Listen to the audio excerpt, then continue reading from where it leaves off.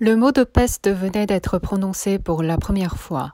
À ce point du récit qu'il laisse Bernard Rieu derrière sa fenêtre, on permettra au narrateur de justifier l'incertitude et la surprise du docteur, puisqu'avec des nuances sa réaction fut celle de la plupart de nos concitoyens. Les fléaux, en effet, sont une chose commune, mais on croit difficilement aux fléaux lorsqu'ils vous tombent sur la tête. Il y a eu dans le monde autant de pestes que de guerres.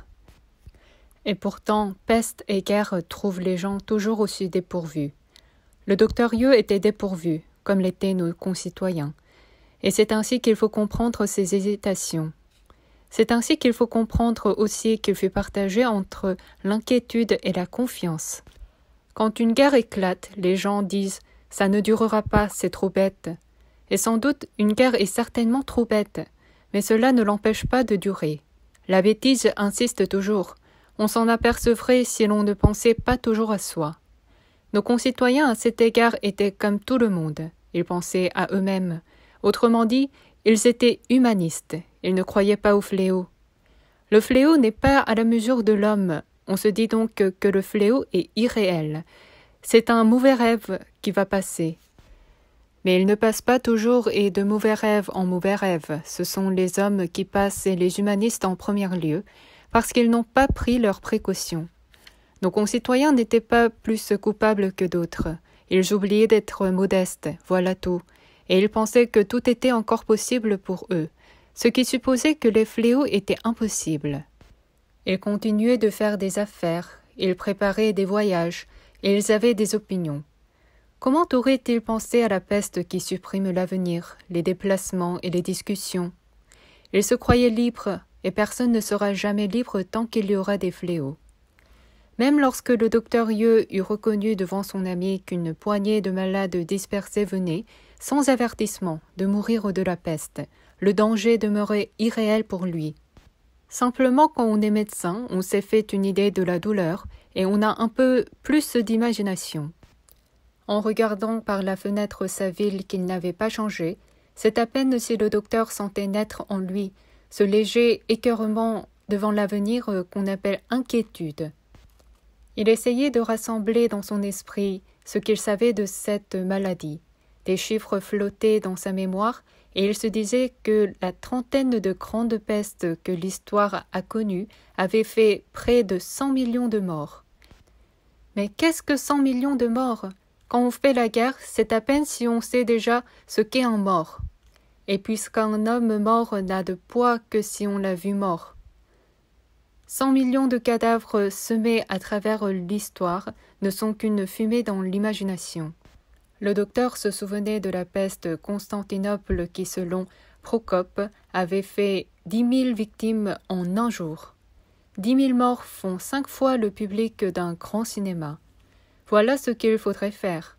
On rassemble les gens à la sortie de 5 cinémas, on les conduit sur une place de la ville et on les fait mourir en tasse pour y voir un peu clair. Au moins, on pourrait mettre alors des visages connus sur cet entassement anonyme. Mais naturellement, c'est impossible à réaliser.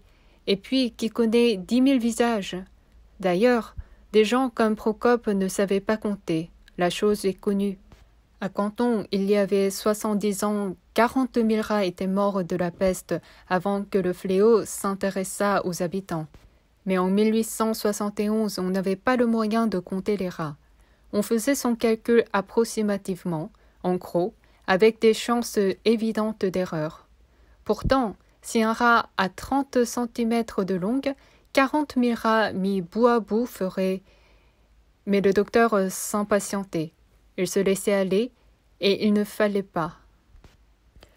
Quelques cas ne font pas une épidémie, et il suffit de prendre des précautions. Il fallait s'en tenir à ce qu'on savait. La stupeur et la prostration, les yeux rouges, la bouche sale, les maux de tête, les bubons, la soif terrible, le délire, les taches sur le corps, l'écartèlement intérieur. Et au bout de tout cela, une phrase revenait au docteur Rieu, une phrase qui terminait justement dans son manuel l'énumération des symptômes. Le pouls devient filiforme et la mort survient à l'occasion d'un mouvement insignifiant.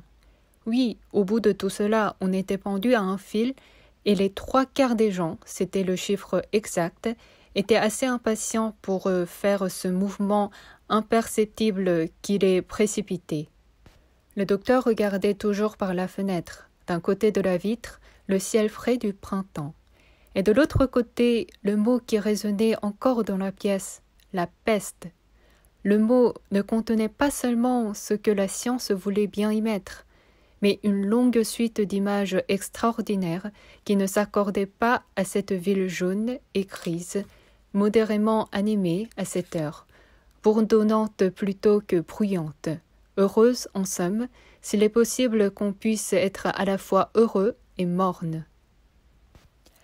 Et d'une tranquillité si pacifique et si indifférente niait presque sans effort les vieilles images du fléau.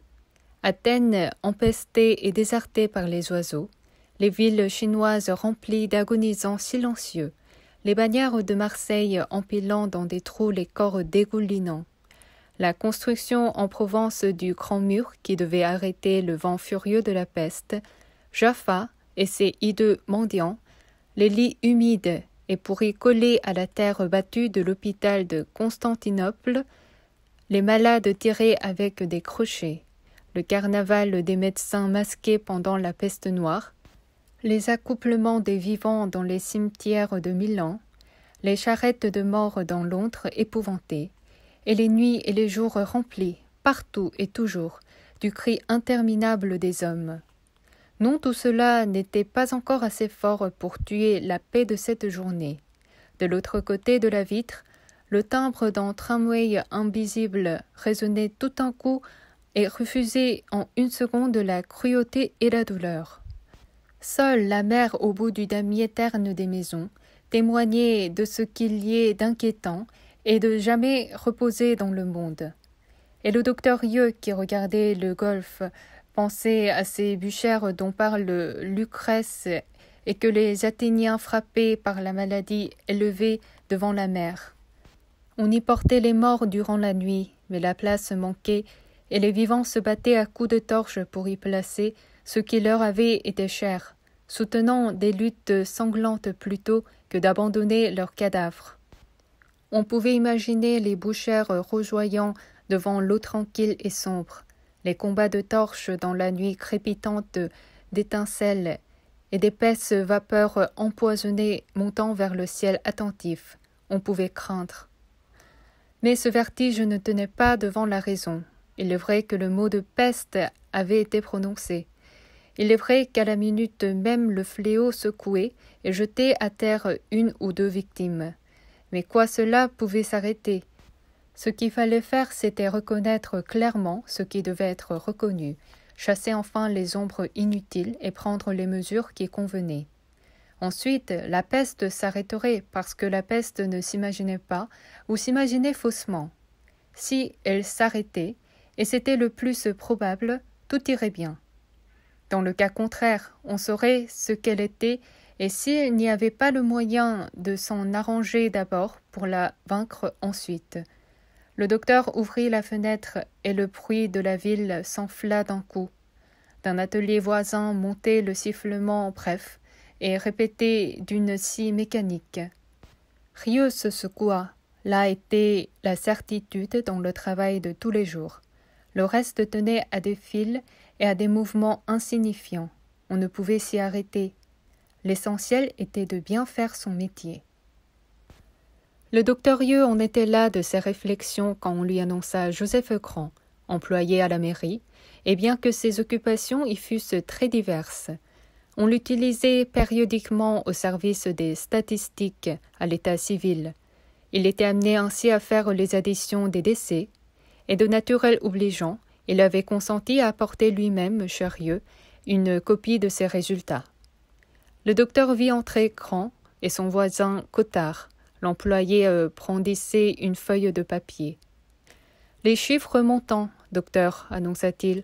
11 morts en 48 heures. » Rieu salua Cottard et lui demanda comment il se sentait. Grand expliqua que Cottard avait tenu à remercier le docteur et à s'excuser des ennuis qu'il lui avait causés. Mais Rieux regardait la feuille de statistiques.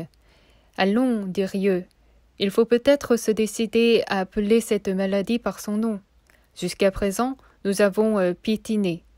Mais venez avec moi, je dois aller au laboratoire. »« Oui, oui, disait Grand, en descendant les escaliers derrière le docteur. Il faut appeler les choses par leur nom. Mais quel est ce nom ? Je ne puis vous le dire, et d'ailleurs cela ne vous sera pas utile. Vous voyez, sourit l'employé, ce n'est pas si facile. Ils se dirigèrent vers la place d'Armes. Cottard se taisait toujours. Les rues commençaient à se charger de monde. Le crépuscule fugitif de notre pays recula déjà devant la nuit et les premières étoiles apparaissaient dans l'horizon encore nettes. Quelques secondes plus tard, les lampes au-dessus des rues obscurcirent tout le ciel en s'allumant et le bruit des conversations parut monter d'un ton. « Pardonnez-moi, dit Grand au coin de la place d'Armes, mais il faut que je prenne mon tramway. Mes soirées sont sacrées. Comme on dit dans mon pays, il ne faut jamais remettre au lendemain. » Rieux avait déjà noté cette manique avant Grand né à Montélimar d'invoquer les locutions de son pays et d'ajouter ensuite des formules banales qui n'étaient de nulle part comme un temps de rêve ou un éclairage féerique. « Ah, dit Cottard, c'est vrai, on ne peut pas le tirer de chez lui après le dîner. » Rieux demanda à Grand s'il travaillait pour la mairie. Grand répondit que non, il travaillait pour lui. « Ah, dit Rieux, pour dire quelque chose, et ça avance ?»« Depuis des années que j'y travaille, forcément, quoique dans un autre sens, il n'y ait pas beaucoup de progrès. »« Mais en somme, de quoi s'agit-il » dit le docteur en s'arrêtant. Grand bredouilla en assurant son chapeau rond sur ses grandes oreilles, et Rieux comprit très vaguement qu'il s'agissait de quelque chose sur l'essor d'une personnalité. Mais l'employé les quittait déjà, et il remontait le boulevard de la Marne sous les ficus d'un petit pas pressé. Au seuil du laboratoire, Cottard dit au docteur qu'il voudrait bien le voir pour lui demander conseil. Rieux, qui tripotait dans ses poches la feuille de statistique, l'invita à venir à sa consultation. Puis, se ravisant, lui dit qu'il allait dans son quartier le lendemain et qu'il passerait le voir en fin d'après-midi. En quittant Cottard, le docteur s'aperçut qu'il pensait à Grand. Il l'imaginait au milieu d'une peste, et non pas de celle-ci qui sans doute ne serait pas sérieuse, mais d'une des grandes pestes de l'histoire. C'est le genre d'homme qui est épargné dans ces cas-là. Il se souvenait d'avoir lu que la peste épargnait les constitutions faibles et détruisait surtout les complexions vigoureuses. Et continuant de penser, le docteur retrouvait à l'employé un air de petit mystère. À première vue, en effet, Joseph Grand n'était rien de plus que le petit employé de mairie dont il avait l'allure. Longue et maigre, il flottait au milieu des vêtements qu'il choisissait toujours trop grands, dans l'illusion qu'il lui ferait plus d'usage. S'il gardait encore la plupart de ses dents sur les gencives inférieures, il avait perdu en revanche celle de la mâchoire supérieure. Son sourire, qui relevait surtout la lèvre du haut, lui donnait ainsi une bouche d'ombre. Si l'on ajoute à ce portrait une démarche de séminariste, l'art de raser les murs et de glisser dans les portes un parfum de cave et de fumée, toutes les mines de l'insignifiance, on reconnaîtra que l'on ne pouvait pas l'imaginer ailleurs que devant un bureau, appliqué à réviser les tarifs des bains-douches de la ville, ou à réunir pour un jeune rédacteur les éléments d'un rapport concernant la nouvelle taxe sur l'enlèvement des ordures ménagères. Même pour un esprit non prévenu, il semblait avoir été mis au monde pour l'exercer les fonctions discrètes mais indispensables d'auxiliaire municipal temporaire à 62 francs 30 par jour. C'était en effet la mention qu'il disait faire figurer sur les feuilles d'emploi, à la suite du mot « qualification ». Lorsque, 22 ans auparavant, à la sortie d'une licence que, faute d'argent, il ne pouvait dépasser, il avait accepté cet emploi, on lui avait fait espérer, disait-il, une titularisation rapide.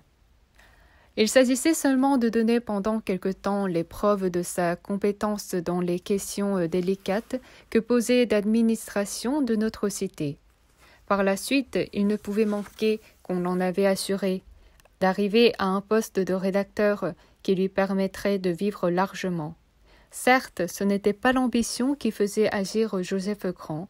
Il s'en portait garant avec un sourire mélancolique. Mais la perspective d'une vie matérielle assurée par des moyens honnêtes et partant la possibilité de se livrer sans remords à ses occupations favorites lui souriait beaucoup. S'il avait accepté l'offre qui lui était faite, ce fut pour des raisons honorables et, si l'on peut dire, par fidélité à un idéal. Il y avait de longues années que cet état de choses provisoire durait. La vie avait augmenté dans des proportions démesurées, et le salaire de Grand, malgré quelques augmentations générales, était encore dérisoire. Il s'en était plaint à Rieux, mais personne ne paraissait s'en aviser. C'est ici que se place l'originalité de Grand, ou du moins l'un de ses signes. Il eût pu en effet faire valoir sinon des trois dont il n'était pas sûr, du moins les assurances qu'on lui avait données. Mais d'abord, le chef de bureau qu'il avait engagé était mort depuis longtemps, et l'employé, au demeurant, ne se souvenait pas des termes exacts de la promesse qui lui avait été faite. Enfin, et surtout, Joseph Grand ne trouvait pas ses mots. C'est cette particularité qui peignait le mieux notre concitoyen, comme Rieux put le remarquer. C'est elle, en effet, qui l'empêchait toujours d'écrire la lettre de réclamation qu'il méditait, ou de faire la démarche que les circonstances exigeaient. À l'en croire, il se sentait particulièrement empêché d'employer le mot « trois », sur lequel il n'était pas ferme, ni celui de promesse qui aurait impliqué qu'il réclamait son dû, et aurait par conséquent revêtu un caractère de hardiesse peu compatible avec la modestie des fonctions qu'il occupait. D'un autre côté, il se refusait à utiliser les termes de bienveillance, sollicité, gratitude, dont il estimait qu'ils ne se conciliaient pas avec sa dignité personnelle. C'est ainsi que, faute de trouver le mot juste, notre concitoyen continua d'exercer ces obscures fonctions jusqu'à un âge assez avancé. Au reste, et toujours selon ce qu'il disait au docteur Rieux, il s'aperçut à l'usage que sa vie matérielle était assurée de toute façon, puisqu'il lui suffisait après tout d'adapter ses besoins à ses ressources. Il reconnut ainsi la justesse d'un des mots favoris du maire, gros industriel de notre ville, lequel affirmait avec force que finalement, et il insistait sur ce mot qui portait tout le poids du raisonnement, finalement, donc, on n'avait jamais vu personne mourir de faim. Dans tous les cas, la vie quasi ascétique que menait Joseph Grand l'avait finalement, en effet, délivré de tout souci de cet ordre. Il continuait de chercher ses mots. Dans un certain sens, on peut bien dire que sa vie était exemplaire.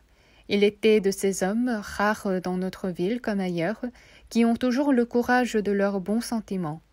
Le peu qu'il confiait de lui témoignait en effet de bonté et d'attachement qu'on n'ose pas avouer de nos jours. Il ne rougissait pas de convenir qu'il aimait ses neveux et sa sœur, seule parente qu'il eût gardée et qu'il allait tous les 2 ans visiter en France. Il reconnaissait que le souvenir de ses parents, morts alors qu'il était encore jeune, lui donnait du chagrin. Il ne refusait pas d'admettre qu'il aimait par-dessus toute une certaine cloche de son quartier qui résonnait doucement vers 5 heures du soir. Mais pour évoquer des émotions si simples, cependant, le moindre mot lui coûtait 1000 peines. Finalement, cette difficulté avait fait son plus grand souci. « Ah, docteur, disait-il, je voudrais bien apprendre à m'exprimer. » Il en parlait à Rieux chaque fois qu'il le rencontrait. Le docteur, ce soir-là, regardant partir l'employé, comprenait tout d'un coup ce que Grand avait voulu dire. Il écrivait sans doute un livre ou quelque chose d'approchant. Jusque dans le laboratoire où il se rendit enfin, cela rassurait Rieux. Il savait que cette impression était stupide, Mais il n'arrivait pas à croire que la peste pût s'installer vraiment dans une ville où l'on pouvait trouver des fonctionnaires modestes qui cultivaient d'honorables manies. Exactement, il n'imaginait pas la place de ces manies au milieu de la peste, et il jugeait donc que, pratiquement, la peste était sans avenir parmi nos concitoyens.